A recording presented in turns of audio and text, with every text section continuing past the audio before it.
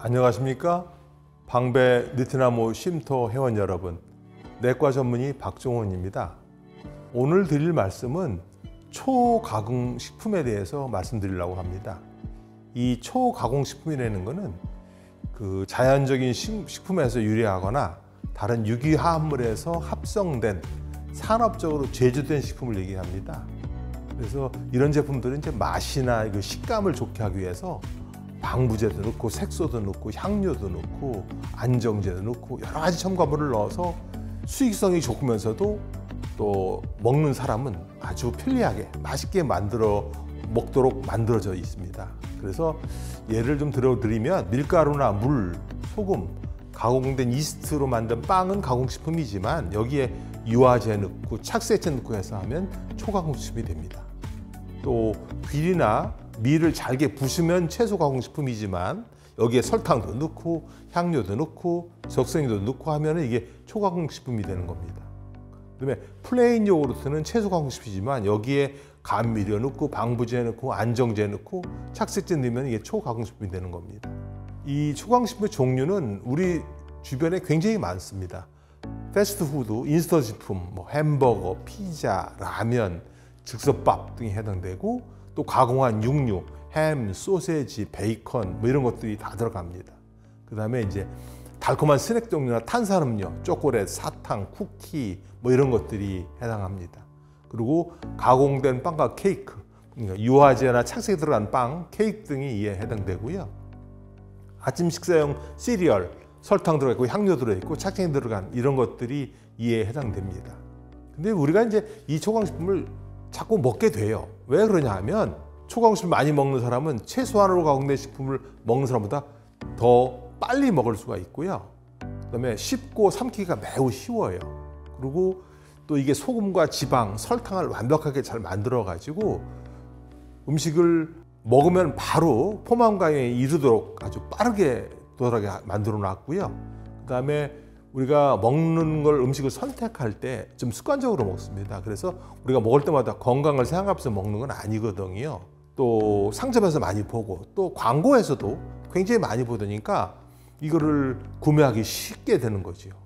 그리고 또 이 초가공식품은 보존을 오래 할 수 있고 유통도 쉽고 조리를 거의 할 필요가 없거나 그런 상태로 먹을 수가 있고 그래서 시간이 좀 부족하거나 돈이 부족한 경우에는 아주 쉽게 우리가 주변에서 흔히 먹게 됩니다. 그런데 이런 초가공식품이 여러 가지 그 문제점이 있어요. 첫 번째는 모든 원인의 사망률을 늘립니다. 암이든 심혈관 질환이든 심장 질환이든 사망률을 높여요. 그다음에 암도 여러 가지 유방암, 중추신경암, 또 만성 림프구 백혈병, 대장 직장암, 췌장암, 전립선암 많이 올립니다. 또 정신건강에도 영향을 줍니다. 수면장애, 불안증, 우울증, 또 일반적인 다른 정신질환도 많이 일으키고 호흡기 질환에서 천식이나 이 호흡이 쌕쌕 소리가 나는 천명 같은 것도 많이 일어나고 또 심장혈관에도 복합적인 심혈관 이상이라든가 심장질환의 사망률, 고혈압, 고중성지방혈증, 그다음에 혈관을 보호해주는 HDL이라는 걸 낮추는 그런 부작용이 있어요.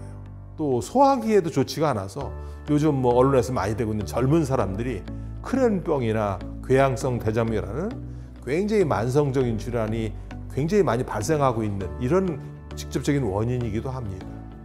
또 복부 비만, 혈당도 올라가고 대사질환, 지방간이라든가 비만, 과체중, 제2형 당뇨 이런 것들을 많이 일으킨 걸로 연관이 잘 알려져 있습니다.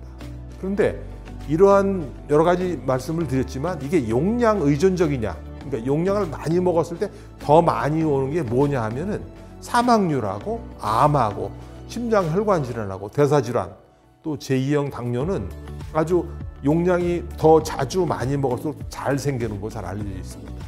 그러면 이게 초가공식품인지 아닌지 어떻게 알까요?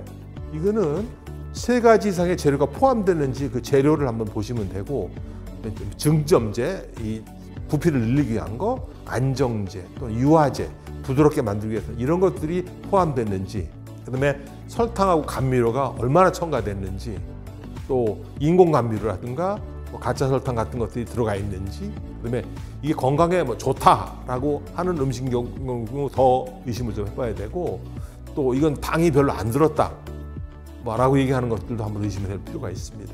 그다음에 그냥 즉석에서 먹을 수 있는 인스턴트 식품이나 인공향이 많이 첨가된 제품을 피해야 하는 겁니다.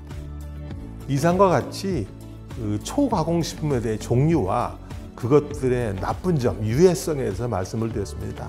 이런 점을 잘 참고하셔서 건강한 생활을 하는 데 도움이 되셨으면 합니다. 감사합니다.